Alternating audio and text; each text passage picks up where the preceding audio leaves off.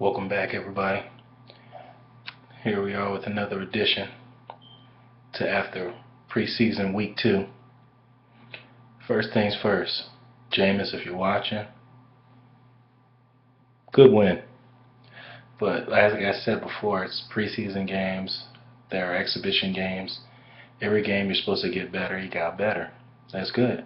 Let's keep it going. But one of the first things I want to say is come in close, a little closer. Offensive line, stop creating penalties.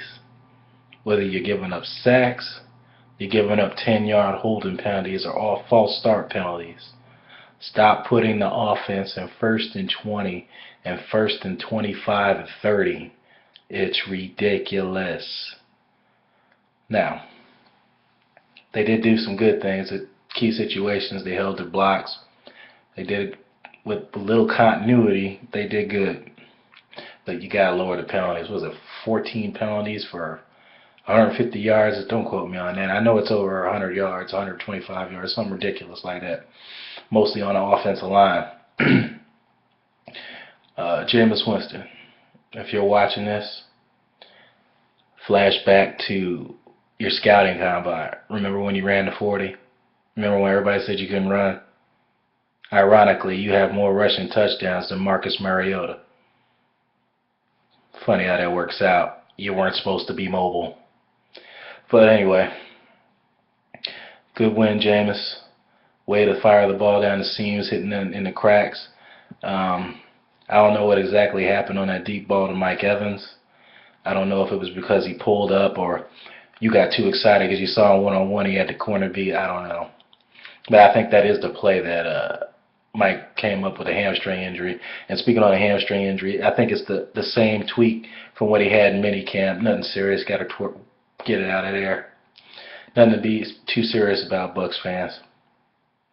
Now, let's talk about my main man, Dougie Martin, the muscle hamster, the muscle guinea pig, whatever you want to call him. I don't even call him hamster no more. He lost, 20 pounds? So, does he downgrade from hamster to gerbil? The muscle gerbil? Does that sound good to you? I don't know. I'll just run with it. The muscle hamster still. Dougie played well. He was running through tackles. He was finishing runs. I mean, we ain't seen that since we keep saying the rookie season. He did a little bit last year at the end of the season when he was rushing for under 100 yards. Had like 15 carries or something like that. He had a couple games near the end of the season with a couple big runs. And that's good to see him healthy, because that's what I think a lot of it was. He wasn't healthy and he's trying to play injured, and it's not going to work. Oh, this one's for you, Marco. Marco, that's for you. The state of the Jets. Can y'all just please do something without y'all messing up at the quarterback position somehow?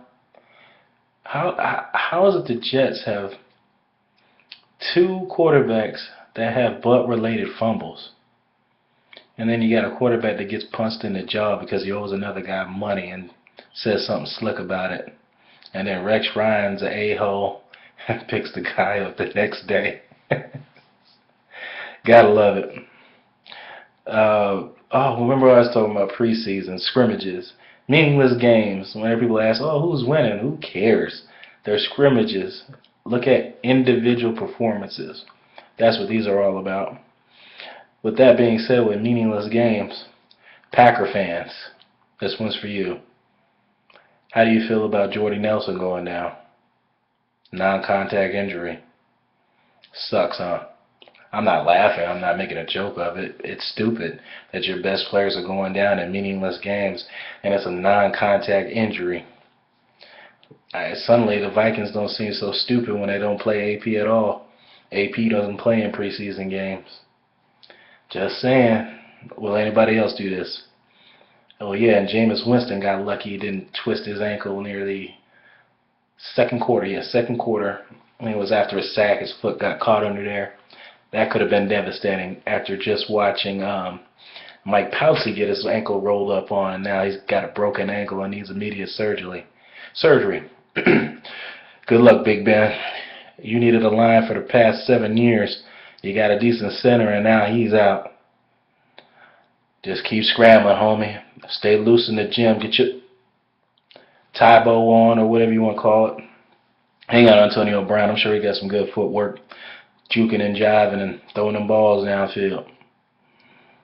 Oh yeah, and let's. I got something special for the Browns. Again, let me get closer. Come in my huddle, Browns fans. Come in my huddle. Remember when you guys booed Brian Hoyer for Johnny Manziel, the guy who can't complete passes more than 10 yards downfield? Brian Hoyer is now the starter in Houston. Go figure. He leaves Cleveland and gets another starting job somewhere else. Let's see what happens, though. Maybe it'll backfire on me and I'll be apologizing for this message. Or maybe not. I'm just saying, how can you argue with somebody that's won and wants to be in Cleveland for a guy who was unproven, that had to go to rehab? Just saying. Oh, this is funny. All right. How many of y'all seen the Madden commercial? You know, with the one with Rex Ryan, his little pepper, Julio Jones, Colin Kaepernick, and Rob Gronkowski in there. 49er fans, how do you feel that your quarterback played a blind man? I don't know if you noticed that. He was blind. And if you looked at his stats from the last preseason game, it looked like he might have still been wearing them glasses, looking like a light-skinned Ray Charles. Then again, it might be just because they were running the ball well that game. But I hope Kaepernick can slang the ball a little bit this year since he changed his ways. Did y'all notice that the 49ers have all the old Baltimore Super Bowl receivers as well? Torrey Smith, Anquan Bolden. Maybe you should go get Ray Rice too. Just saying. Let's talk about Ray Rice not having a job. I'm still tripping about that. I know I probably talked about this before, but it's still bugging me that Greg Hardy still has a job and Ray Rice doesn't. Hell, not even Ray Rice. Josh Cribbs can still get a job, and he can't leave weed alone. Funny. But I'm going to keep this one short and sweet. It's 3:21 in the morning. Y'all know I can't ever sleep. I watched the game a couple times. I was happy. Oh, defensive line. Gerald, if you're watching this, keep it up. Defensive line was manhandling in there. With that cover two, y'all got to step it up. And y'all did. Alteron, nice pick six. That was more on A.J. Green not forgetting how to catch a pass. It hit him right in the hands and for somebody dropped it in your lap for a 6 points. Reservations for 6. Alright guys, I ain't gonna ramble on much longer. I wanted to make this video out real quick. I'll probably be back on here Saturday after the game. Unless some other news stuff pops up, I'll probably be on again Thursday or Wednesday. That's if something else comes up. I don't doubt it between now and Saturday. But Saturday night or Sunday, I'll probably put something up after the game, see what happens, see if Jameis progresses, or see what happens, or if Charles Sims shows up. We'll see what happens. Y'all have a good night.